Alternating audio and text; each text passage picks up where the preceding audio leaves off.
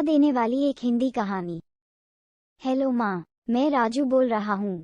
कैसी हो माँ? मैं ठीक हूँ बेटे। ये बताओ तुम और बहू दोनों कैसे हो? हम दोनों ठीक है माँ, आपकी बहुत याद आती है। अच्छा सुनो माँ, मैं अगले महीने इंडिया आ रहा हूँ तुम्हें लेने। क्या? हाँ माँ, अब हम सब साथ ही रहेंगे।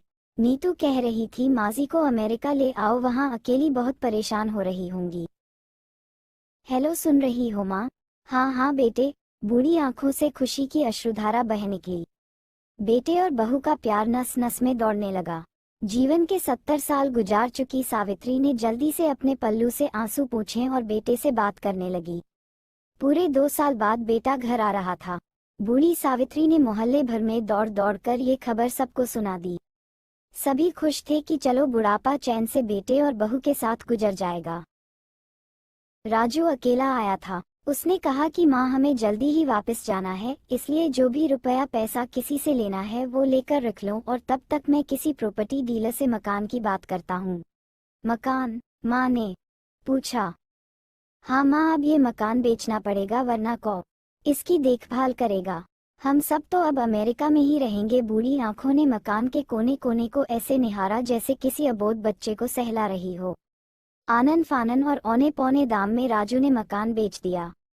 सावित्री देवी ने वो जरूरी सामान समेटा जिससे उनको बहुत ज्यादा लगाव था। राजू टैक्सी मंगवा चुका था। एयरपोर्ट पहुंचकर राजू ने कहा, माँ तुम यहाँ बैठो, मैं अंदर जाकर सामान की जांच और बोर्डिंग और वीजा का काम निपटा लेता हूँ। ठीक है बेटे। सावित्री देवी वही पास की बेंच पर बैठ गई। काफी समय बीत चुका था। बाहर बैठी सावित्री देवी बार बार उस दरवाजे की तरफ देख रही थी जिसमें राजू गया था, लेकिन अभी तक बाहर नहीं आया।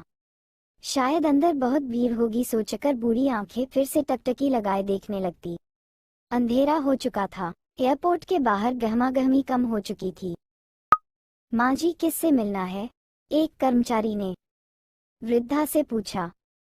मेरा बेटा अंदर गया था टिकट लेने, वो मुझे अमेरिका लेकर जा रहा है, सावित्री देवी ने घबराकर कहा। लेकिन अंदर तो कोई पैसेंजर नहीं है, अमेरिका जाने वाली फ्लाइट तो दोपहर में ही चली गई। क्या नाम था आपके बेटे का? कर्मचारी ने सवाल किया। राजू। सावित्री के चेहरे पे चिंता की लकीरें उभर आई। कर्मचारी अंदर गया और कुछ देर बाद बाहर आकर बोला, माँ जी, आपका बेटा राजू तो अमेरिका जाने वाली फ्लाइट से कब का जा चुका। क्या? वृद्धा की आंखों से आंसुओं का सैलाब फुट पड़ा। बूढ़ी माँ का रोम रोम कांप उठा। किसी तरह वापस घर पहुंची जो अब बिक चुका था। रात में घर के बाहर चबूतरे पर ही सो गई। सुबह हुई तो दयालु मकान मालिक ने एक कमरा रहने को दे दिया। पति की पेंशन से घर का किराया और खाने का काम चलने लगा।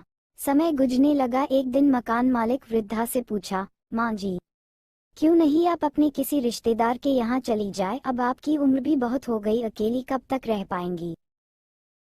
हाँ चली तो जाऊं, लेकिन कल को मेरा बेटा आया तो यहाँ फिर कौन उसका ख्याल रखेगा। यह सुनकर आंख से आंसू आने लगे। दोस्तों, विनती, माँ बाप का दिल कभी मत दुखाना। शिक्षा, माँ तो माँ होती है। वीडियो अच्छी लगी तो लाइक और कमेंट्स जरूर करें।